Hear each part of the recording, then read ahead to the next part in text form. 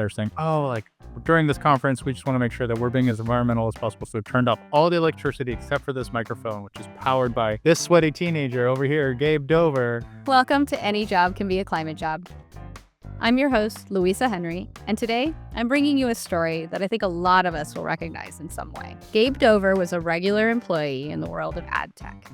Not a climate expert and not an engineer, just someone who started asking questions about how his company was impacting the planet. And those small questions turned into a Slack group, and that turned into a meeting with the CFO, and that turned into a total shift in how the company approached sustainability. Today, Gabe's a climate tech founder, but that's not where this started. It started with a moment on a bike in a high school, sweating on live TV. I'll let him explain.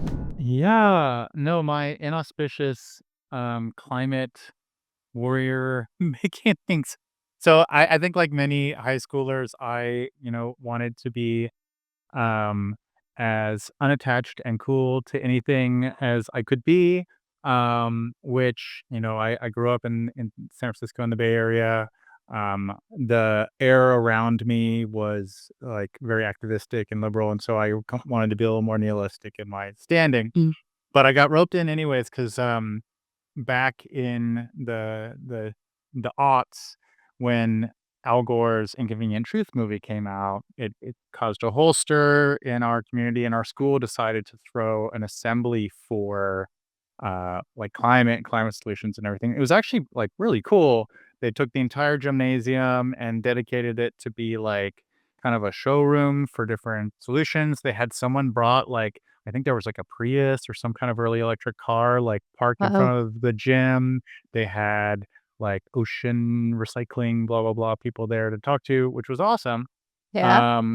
But then they got us all ready for this assembly they were going to do. And they had this guy who, in classic San Francisco eccentric style, was a bike hip hop performance artist, where Right. he would, of course, I mean, Yeah. everyone, every town has one, where he had put some like equipment onto his bicycle so that his bike actually powered his microphone, and he would bike around in circles and freestyle hip hop about like global warming and whatever. Love it. And so, I was talking to him, I was checking in, I was like, oh, do you mind like pedaling for a minute while I, perform? I've been doing this for, I'm like, sure, yeah. And I got out and I was pedaling. And then I noticed like our principal came over and like talked to him for a second. I'm like, all right, I'm like still on this bike. Like, can I go off? And then all of a sudden, like the lights come down and the principal has the microphone and I'm stuck on this bicycle. And it turns out the local news is there, Cron 4, for those old enough to remember cable. And Still around. I'm so glad to hear. I'm very relieved. A survivor. And so, I was starting to sweat buckets on this bike, and they're saying, oh, like during this conference, we just want to make sure that we're being as environmental as possible. So we've turned off all the electricity except for this microphone, which is powered by this sweaty teenager over here, Gabe Dover. And of course the cameras come to me, and I'm like horrified to be on the news about this. But that was my early start to accidental climate activism. But What a yeah, fantastic story, and also absolutely horrifying. As a high school kid, that's it great. helped me. Hopefully, it helped me get over my sense of cringe and just learn to go for things. But that probably took a couple more years. Yeah, yeah. And if you ever happen to find that Cron 4 clip on YouTube or elsewhere, let me know. I will maybe send it to you. No, I'll definitely send it. So what's funny is that I was like, I don't want to be on the news. So whenever the camera pointed at me, I just started making like a mean mug at it. I was like, they can't put me on the news if I like have a stupid face. And then what they figured out was like, clearly they've done this before. So the camera guy like put his camera down below and like covered the light. So the angle is not only of the sweaty teenager, but it's like straight up my nose. Perfect. They won the day, They and they won. got the shot. So local journalism at work. Love it. They're pros. All right. All right, so fast forwarding to your early career, Yeah. so you were kind of like it felt like you were a little bit standoffish from joining the, maybe the trend to be towards climate, and then you got roped into this, and maybe it started growing on you at some point. Can you Yeah. share a little Yeah, bit more I about how that happened? I had, I think I was really focused out of getting out of college on, like, trying to establish myself as a economically productive adult and, rent out a place where my long distance girlfriend could move in with me and all the rest, and, Mm, I came into my adult years when, Obama had been elected president, and I think I just had this sense of like, "Oh, they've got it. Like, he's a cool guy. They got it. I'm mm, sure it's fine." I wasn't paying much attention to politics until I think for many people I mean, I was interested in it, but it wasn't, something domestic politics I was following as much until 2016. Big surprise, Donald Trump shows up. Um, and when that happened, I think, and many good liberals was a bit taken aback at that, like, "Oh my god, like, I did nothing. Like, I didn't mm, donate, I didn't offer my time, like, I talked all about how ridiculous this election was, but I hadn't been active." And I kind of made this, commitment that, even if this happens again, I need to be able to tell myself that I did something, right? That I feel comfortable with the role that I played, at that point.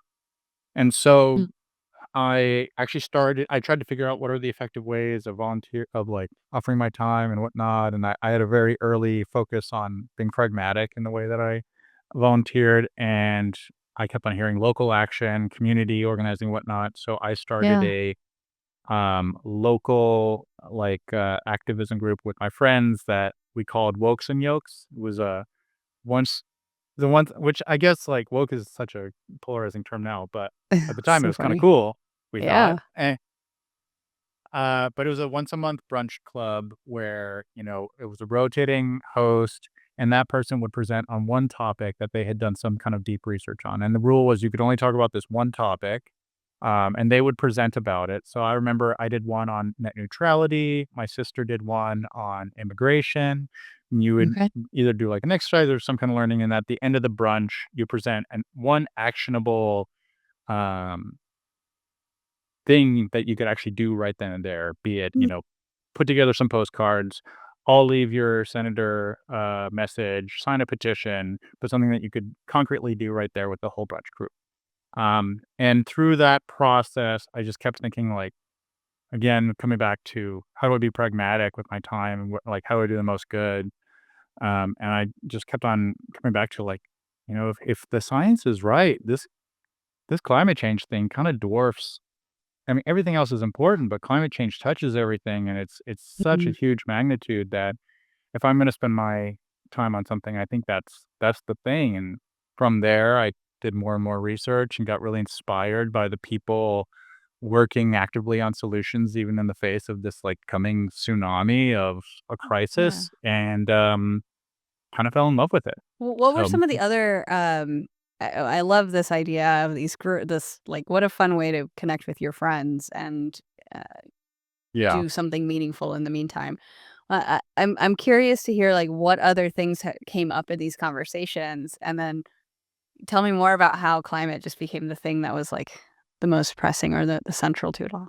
Yeah, I mean, I think that brunch club was my searching period. It was where I was trying to figure Mm, out what I knew I wanted to be, pushing towards things that mattered, and I kinda needed to figure out what were those things more concretely, and I needed to figure mhm, out what is something that I can do that actually matters. Because I felt I had grown up seeing so much activism, so many things, but even that assembly, that happened at my high school, the yeah, the takeaway was, like, recycle your yogurt lids, right? mhm, Turn off the lights and use a bike-powered microphone, like, mhm, so yeah, what is that, right? It was a lot of, yeah, there's this term virtue signaling people use. There's a lot of, like, um, branding oneself as a good liberal or as a good activist, and I wanted to feel like that wasn't what I was doing. I wanted to feel like I was being proactive, and that was a big period of that searching.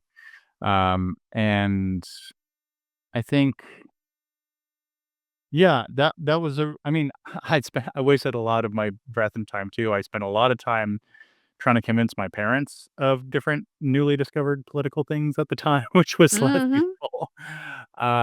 But Think we all did. um, yeah, I think we all did, and maybe it helped, maybe it didn't. I don't know, but Yeah. um, yeah, I think that's. So then you bring it into your work at some point. Mm. Yeah. So eventually, as I was thinking, how do I have this maximal impact? I was thinking, like I can do my own activism with my friends and my family, but if I can do something that affects the work of my company, which had at the time 500 to 1,000 employees, and Mm. even if it's a minimal impact across all those people, that's where we Mhm. can start to have some actual scale, right? And I started doing all this research into, what is the most pragmatic change you can do? I started doing meatless Mondays, and then I started doing, trying to condense more of my trips into fewer flights. And so I would do a work Okay. trip, friend trip, and all these things. I learned about how terrible leaf blowers are, which you would never Mm. guess. How do you rank these things pragmatically? And eventually I was thinking, I need to have an impact beyond myself. And also maybe I can educate other people into, what is the lowest effort, highest impact thing that we can be doing. Um, and so I started, and then there's Climate Drawdown has these great talks about every job can be a climate job. Yep. There's, Bill McKibben does all these talks where I think at one point he was saying, if you want to help climate, go be an electrician, right? Go put in the actual Mm. things. Mhm. And I was at the time working in advertising technology, and my initial thought had been, well, these tech companies, right? Like it's a pretty neutral thing. It's very low impact. Sure, we're running some electricity to like keep our office lights on, but Yeah. the real impact must be in industry, must be in something else. And I started looking into it and learned about just the disproportionate impacts that data centers can have. And this was right Mm. when people were starting to realize that, crypto was becoming this much larger thing. And there was a statistic going around at the time, which I'm sure is way out of date, but that Bitcoin alone had the climate impacts of New Zealand, of a small country, and it was just Mm. growing exponentially. Mhm. And when I read that, I thought to myself, in advertising, we're basically just running servers all the time. I think Yeah. and it really opened my mind because what people don't realize is when you're being shown an ad online, it's not just the exchange of, one image going back and forth. It's in the time a page is loading, that publisher, that website is pinging, you know, tens, maybe hundreds of different ad auction places. And those auction places are pinging tens of thousands of different advertisers saying, this is, the page, this is the data we have on that person. What's it worth to you? And they're all bidding back and forth and back and forth and back and forth. And then some of those assets are pre-rendering, and there's video assets, and there's, images, and all of that is happening until eventually you get to that perfect bid, and that ad shows, and that's for every single ad space on every single page on every single app that you're doing. And we spend, an average of what, 6 or 7 hours a day on our phones, a little on our Yeah. screens. So the impact of Wow. all that server use is actually really huge. And I started looking that up, and there was outdated information, but I started to realize, like, our impression of ourselves as a company with a very low impact is not correct. We actually Mm. have this massive, um, carbon intensive, use of energy that we're Mhm. just not even aware of, and leadership isn't aware of either. Um, so I started getting a bit obsessed about it and wanting to poke around and figure out how do I have an impact on this in particular. This is probably the most impactful thing that I can do is Yeah. figure out how to shave some of this compute costs on what we're doing. Okay. All right. So started off with employee action, which I think a lot of people is where their minds go first, right? How do we just make our, you said 500 to 1,000 people in our office Right. thinking more green, more sustainably, our own actions, your flights, everything. And then, the what you were talking about with the data centers and the news about being, crypto and Bitcoin and everything else, sounds awfully familiar to what we're hearing now, with the rapid It's rise now of it's a AI. national conversation. At the time, the only paper I could find was from like 2016, and it was totally Wow. outdated on the technology. And now, I mean, it's totally blown up as a topic, but you need people to be bringing this up. Oh, You need absolutely. that I mean, kind and of we're seeing those it with conversations. AI, right? Like the compute power Absolutely. for that is very, very substantial. And I like how that sparked in you thinking about like your own business and your own processes and starting to dig into your data center costs and the amount of energy consumption. Absolutely. Yeah. So I had started kind of on the employee action thing, and we didn't have there are a lot of companies might have like an affinity or an employee resource group Yep. kind of thing that you can do, right? Where there might be a LGBT kind of affinity group, there's a lot of them have support groups for women at a particular company. And we had several Yep. of those, but we didn't have anything around climate. Um, and I could tell that there was some like employee interest among that, but Hmm. people viewed it maybe as a little political too. It's a little different to say Okay. like, oh, like these are people who are uh, people of color, and they're all getting together and they're supporting each other. It's different to say like, oh, this is a cause that we're all getting together and how are we supporting each Mm-hmm. other? And we talked about this previously, but I brought up the idea casually to some of my coworkers saying like, "Hey, like what if we did a climate group?" And I heard again and again warnings that were saying like, "Hey, if you do that, it's going to detract from your reputation, just as a good worker, or, that might sideline people might think of you as someone who's like, you really, really have to be on top of your work if you're going to do that, because there's going to be a lot more visibility and a lot more scrutiny into what you're doing." Why the warnings for this type of employee resource group versus others? Well, frankly, I think that it's true for others too, right? Which is Mm, unfortunate, but I think that, go go thank the person who's running your employee resource group, because like they are taking on an amount of work that is much more than you realize. They're not getting paid extra for it, and they're trying to create a community to support other people, right? And yeah. there's not I don't think there is maybe in some cases, but often there's not a direct tie between that and your career growth. Um so yeah, I think that is true for multiples, but then, anything that feels political in the more sanitized corporate environment can feel, I think, detracting depending on that mode. Yeah, So you I bring up a great point. It sounds like in your company, this might have been something that wasn't too welcome or too popular of a thing to do. I have seen other companies where it is very much part of the culture. yeah. And I think that's an important thing to note for anybody listening is like, what kind of company are you working in? Or for any founders, what kind of company are you building? And what are you expecting of your employees? And I'd love to hear your thoughts on that as a founder now too. Yeah, I mean, I think as a leader, and here's the funny thing is I know for a fact that the leaders of that company I was working for wanted to be a really warm and welcoming place for their employees. And they put a Okay. lot of thought and a lot of time into that. But I think it's probably ubiquitous across at least the companies that I've worked Mm, with where, like, people who are putting together these groups, I don't think get, like, the recognition that they probably should for what they're doing. yeah. Yeah. But, um, I think as a leader at that company, you actually have to be more proactive in combating that sense because if you think culture is important at your company, you have to make that a central tenet, not just something, Mm. a fair weather thing that you do like when you have the time and that's fun to do because that's, Mhm. I know for myself, I definitely got more time at that company because I felt like I was having an impact and I felt better going to work.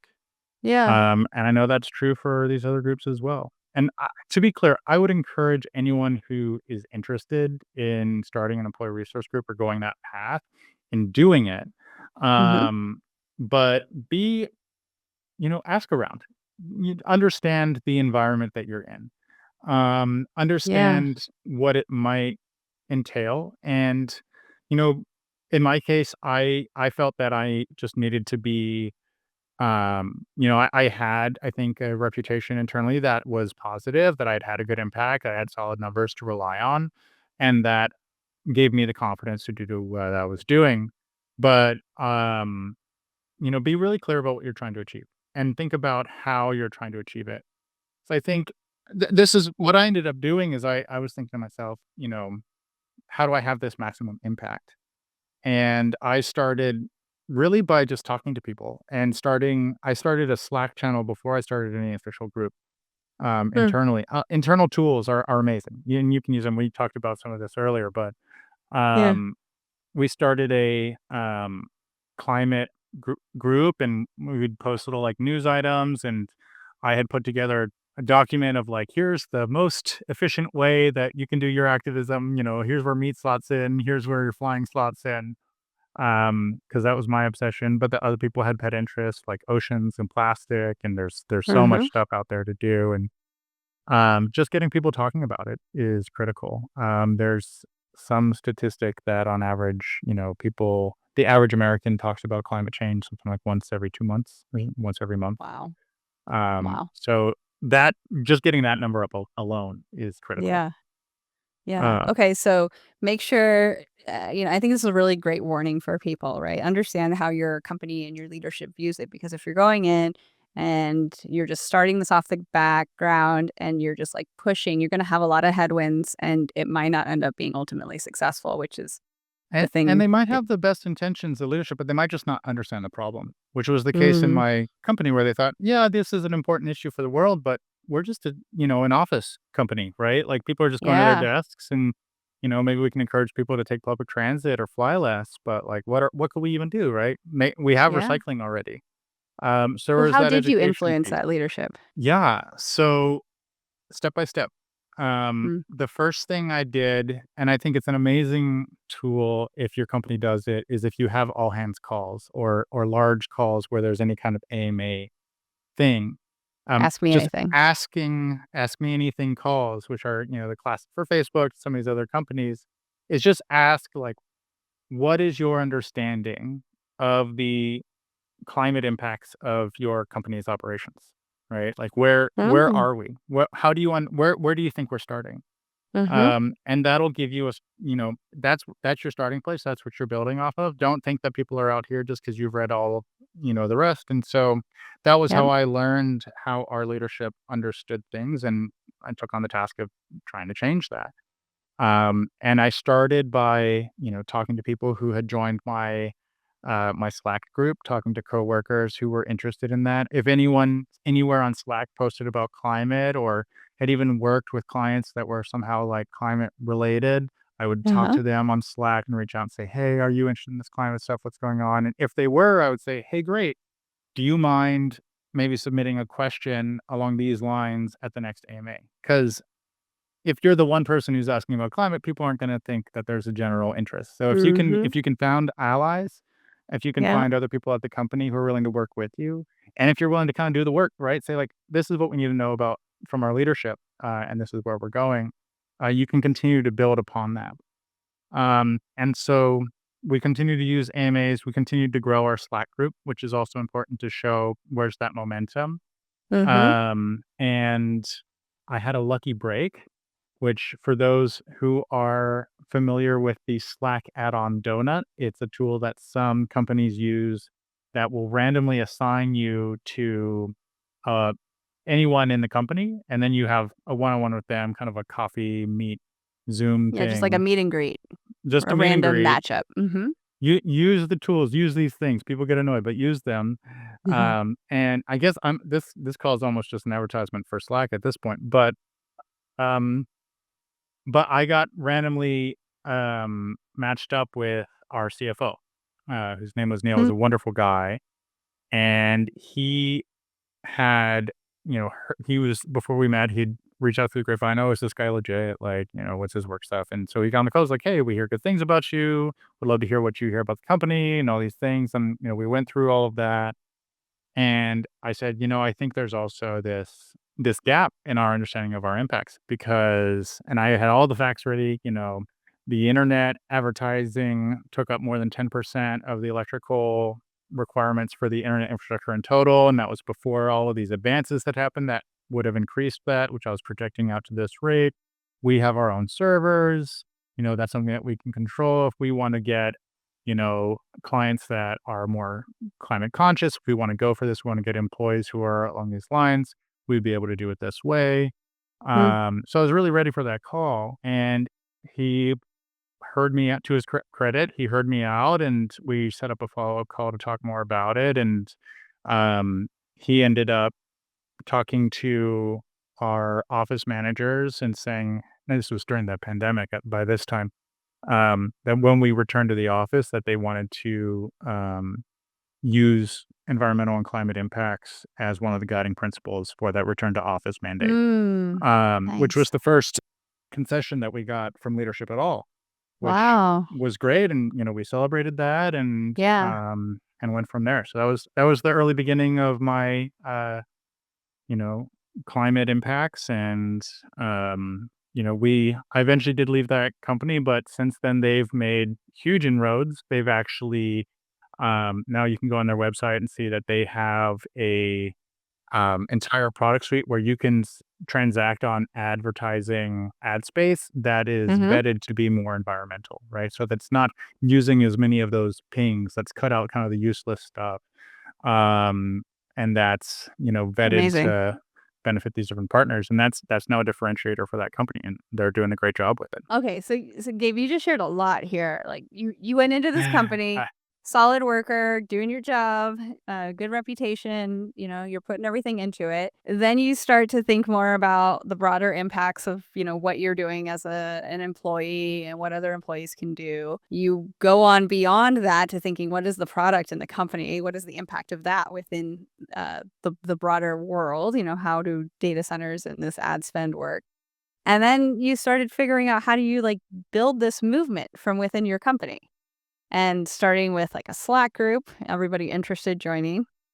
We didn't talk about it, but you talked also about before about Earth Day and using company events to build awareness. That's true. I think that's another Uh, April 22nd, put that on your mind. Most companies have like, oh, it's, this heritage day or this historical day, and they'll post about it in some Slack channel or somewhere else. Use the Yeah. momentum you've got, right? Like Earth Day is the only day every year that pretty much everyone says, oh, happy Earth Day. Did you like to work? Did you whatever? Yeah. And you can use that to unabashedly post to like your all company Slack channel about what was Earth Day? What was Mhm. Silent Spring? Did you know that in 1971, 74, whatever the year of the first Earth Day was, 10% of Americans demonstrated on the street. 1 in 10 Americans went out and Wow. demonstrated. It's the biggest protest, the biggest political demonstration in US history to this day. And Wow. people, think, "Oh, it's Earth Day, recycle or whatever." It's been Yeah. whitewashed, but, it's a super powerful thing, and I think that bringing that up and saying, like, "This is our thing, and let's talk about it. Let's talk about climate." You can build more momentum around that, and also, you can ping Mm. your, HR or whoever's and responsible for recognizing these days and these throwing events and say, "Hey, Earth Day is coming up in a month. What Yeah. is our company's plan around that?" Perfect. Love it. And then yeah, bringing the momentum, so then everybody else starts asking questions at these all hands. The lucky break of getting paired up with the CEO, but I imagine you would have made your way to the leadership team regardless of that. And then yeah, some like really high level changes being made from the top down on not only the return to work policy, but then eventually the product lines themselves, which is pretty powerful stuff. Do you Yeah, know I how those products did? Like, did the market receive it and want to invest in I don't products have that are any specific numbers that I can give you, but I will say yeah, that there are now several companies that have been spun out that are offering these products, including there's a great company to give a shout out to, Scope 3, which is specifically working with ad tech companies to decrease um, the emissions of their yeah, ad space that they're selling and using. uh-huh. And Great. they've been able to show now repeatedly that if you optimize your ad buying for climate impact, you will increase your performance as well. Because it turns out that having all of this waste and having all this extra compute just slows you down and has all Yeah. these kind of more intangible effects that can be to the detriment of your ad campaigns. So Yeah, it's great when these things align with business interests, right? Those well, are the that's easy wins.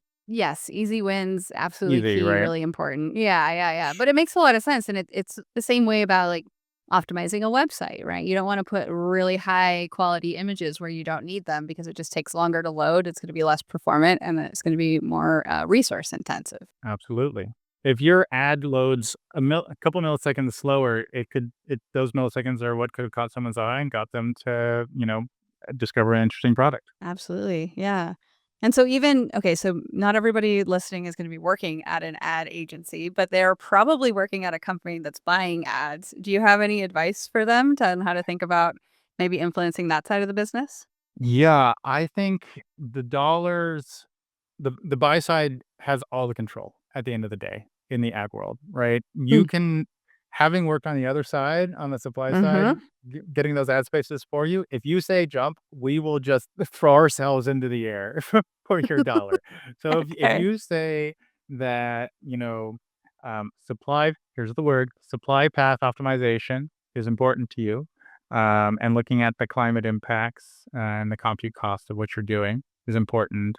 Bring that up to your agency, bring that up to your ad buyer, because it's, all that wasted compute. It doesn't have a huge impact maybe on what you're spending on the ads, but it does have an Mhm. impact on the performance of them.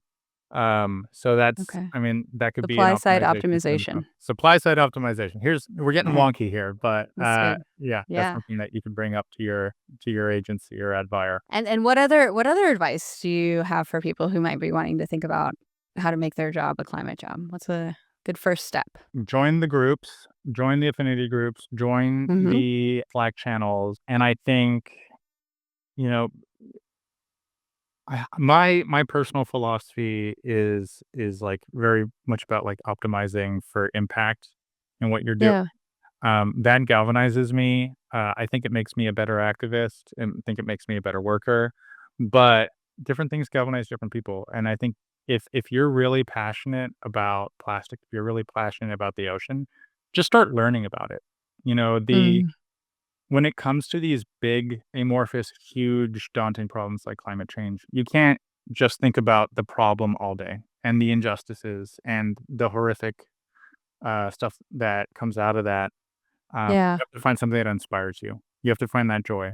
Mm. And for me, when I started really looking to climate, I frankly, I fell into a bit of a depression with it. I felt totally Mhm. immobilized and unable to do anything until I started meeting people who were working on climate solutions. And now Yeah. as I started kind of in the beginning, I'm working now at a climate tech startup, trying to bring EV charging and other electrification to apartment homes where that's harder to do than, if you own your own home. Yeah. But meeting these other founders and meeting these folks who go out and try to do the impossible because they're excited about building something cool, that's such a positive energy to bring into what can start to feel really hopeless. And so find that thing that galvanizes you, find that thing that brings you joy, cultivate that community. Um, and when you go out and you talk to people, you're improving their day. You're Mm. statistically improving their life expectancy if you go out and have a small talk and talk to other people. Like Yeah. that sense of community is so good for us as humans and as people. And so when you look at, I'm on my soapbox a bit here, but when you look at, some of the hardest won political fights, I always think about civil rights in America, where we still today haven't spent as long in the United States without slavery as we did with slavery. Slavery existed longer than Wow. freedom has to this day, That's and insane. yet the enslaved people in America, continued to work against that. If you wanted to look an example at what must have felt like the most daunting, intractable problem, you could have talked to people in Jim Crow America, you could have talked to people in those days of slaves, and yet they built community. They went to their churches, they talked to each other, learned they made some of the best music that's ever been made in the world, right? Yeah. That brought people together and cultivated that joy, and it's that joy in the face of impossible, immobile, intractable hardship that, like, just makes us into the diamonds that we can be as people. That just makes us into the communities that we need to be to drive change in the world. What a great parallel and example, and just like very motivating, honestly. And what you were saying about being kind of drawn into this depression almost, and climate activism can feel very overwhelming and heavy, and just something you want to retreat from. Yeah. But I love how you're saying, like, find the thing that you're joyous about, and find community around it. It's Yeah. so powerful. So, so powerful. I mean, that's how we met. We met at one of these community events, We and did. We did. yeah, And it was yeah, and wonderful. I mean, it's so inspiring to go to things like that and just it meet is. people doing cool stuff that they're passionate about. I mean, that's a multiplier. Every person left that more inspired than they were when they went in, right? It's so Absolutely, powerful. yeah. It's so critical. And it's such a collaborative community as well, because everybody's optimizing for the same impact, which is to preserve our home. Yeah, finding people with common passion, but also common, beliefs and common ideas of what they think is important in the world. It's very life giving. So I don't know when this is going out, but for those who might be listening, SF Climate Week is coming up in a couple weeks here, and if you want to meet cool people and get inspired about what folks are out there doing for the climate and meet some kooky people in the process, look it up, show up, literally go to anything, and just start Yeah. talking to people. It's so much fun. It's so wonderful to I met a guy the first time I went, I met a guy, the first thing he's told me was, "I just bought a mountain in Eastern Europe." And I was like, "That's so random. That's so weird. Why?"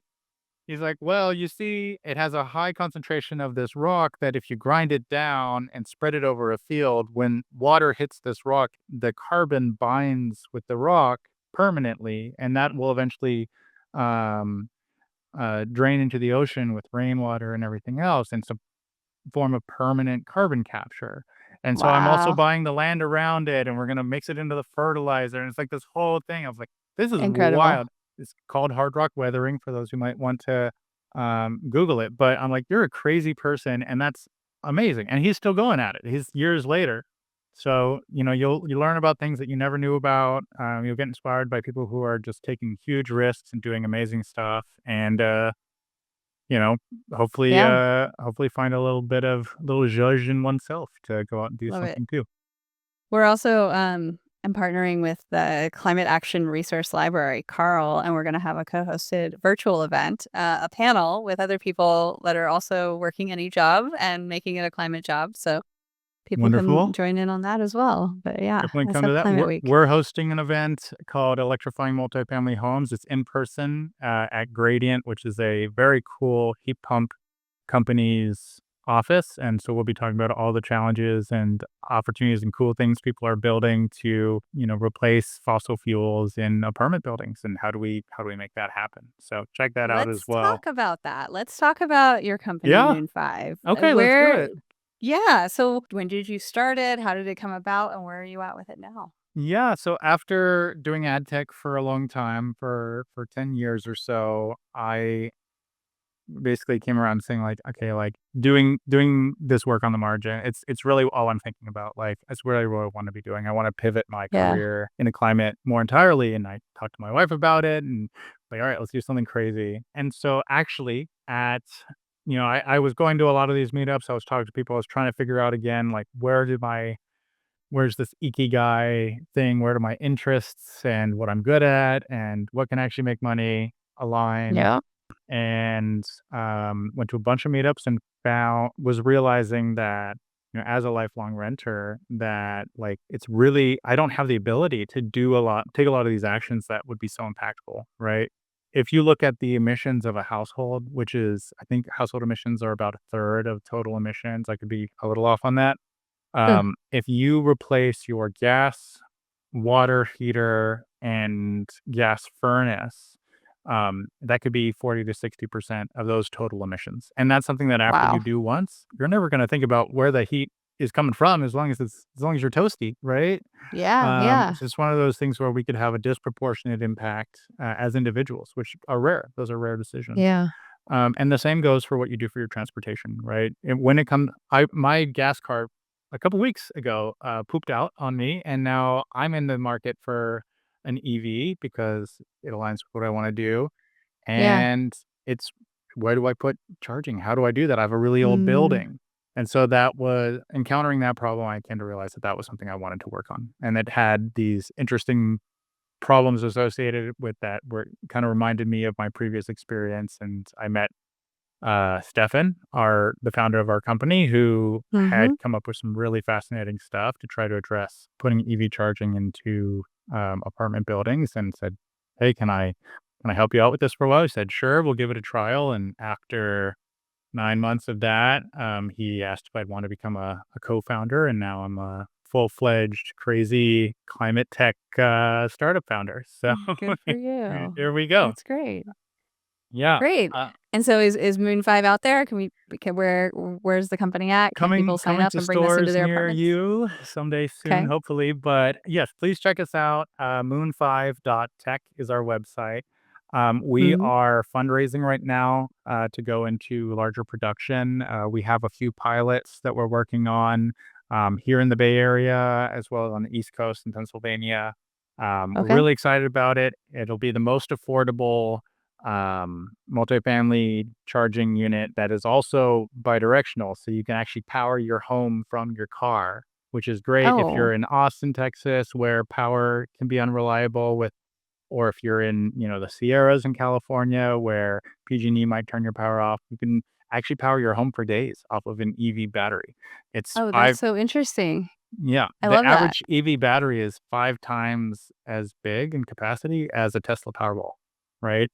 And there's Oh. no additional cost to doing that compared to as much as a battery and an inverter and everything else can cost, set you back thousands of dollars. So it's a very cost efficient way of doing something like that. Oh, that's phenomenal. And then setting it up for an entire apartment building so everybody can reap the benefits. Yeah, I mean, it's Perfect. an unusual thing to be able to make a choice like, how do I do backup power for my unit, right? Right. Do I buy a Yeah. big battery? Do I do a big installation that I can't take with me if I move? How do I do it? Like, use your car. They'll take your car with you, right? Mhm. And we can Yeah. put in charging that you just pay for what you use, right? You're not making an investment in the building that you can't take Yeah. with you.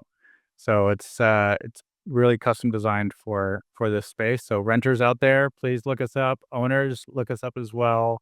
Investors, it's a hot ticket. Get in while you can, you know. Yes. So yeah, please reach out. And then what if people want to reach out to you? Where's the best place? LinkedIn? You can find me on email, Gabriel@moon5.tech, or look me up on LinkedIn. Those are the best spots. Perfect. Amazing. All right. Well, Gabe, it has been a pleasure. Is there anything else you'd like to leave our listeners with? Stay hopeful. You know, Mm, optimism doesn't mean putting your head in the sand and thinking that the best will happen no matter what. Optimism is believing the world is made out of soft clay that you can shape with your own hands, even when mm. it's hard.